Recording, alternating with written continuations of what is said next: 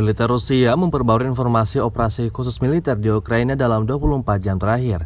Juru bicara militer Rusia Letnan Jenderal Igor Konashenkov 5 Agustus merilis rudal berbasis udara presisi tinggi pasukan dirgantara Rusia menyerang markas sementara dari 2 divisi artileri howitzer Brigade Artileri ke-44 Angkatan Bersenjata Ukraina dan depot senjata rudal dan artileri di dekat Novoivanovka, wilayah Zaporozhye. Hingga 150 prajurit 2 howitzer M777 Amerika dan hingga 1.500 butir amunisi, 6 howitzer MSTAB, 8 tunggangan artileri dari berbagai modifikasi, sekitar 350 peluru untuk grad MLRS dan 7 kendaraan udara tak berawak dieliminir dalam serangan ini, kata Letjen Igor Konashenkov. Operasional taktis dan penerbangan tentara pasukan rudal dan serangan artileri Angkatan Bersenjata Rusia terus berlanjut terhadap fasilitas militer di Ukraina. 4 pos komando diserang termasuk Brigade Infanteri bermotor ke-58 di dekat Artemivsk, Brigade Mekanik ke-54 di dekat Severesk di Republik Rakyat Donetsk, titik penyebaran formasi nasionalis sementara di dekat Fyodovo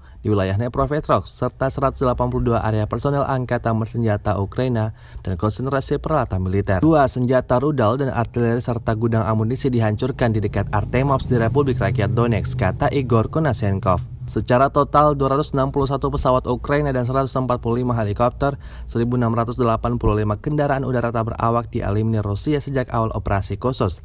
Juga 361 sistem rudal anti pesawat, 4.254 tank dan kendaraan tempur lapis baja lainnya, 789 sistem peluncuran roket ganda, 3.267 artileri dan mortir lapangan, serta 4.716 unit khusus kendaraan militer dihancurkan selama operasi, kata Igor Konashenkov. Dari kubu Kiev, Kementerian Pertahanan Ukraina merilis 150 tentara Federasi Rusia dieliminir dalam 24 jam terakhir.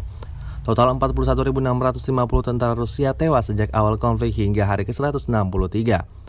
Presiden Ukraina Volodymyr Zelensky menyebut Rusia akan menanggung kerugian besar jika tak segera meninggalkan Ukraina.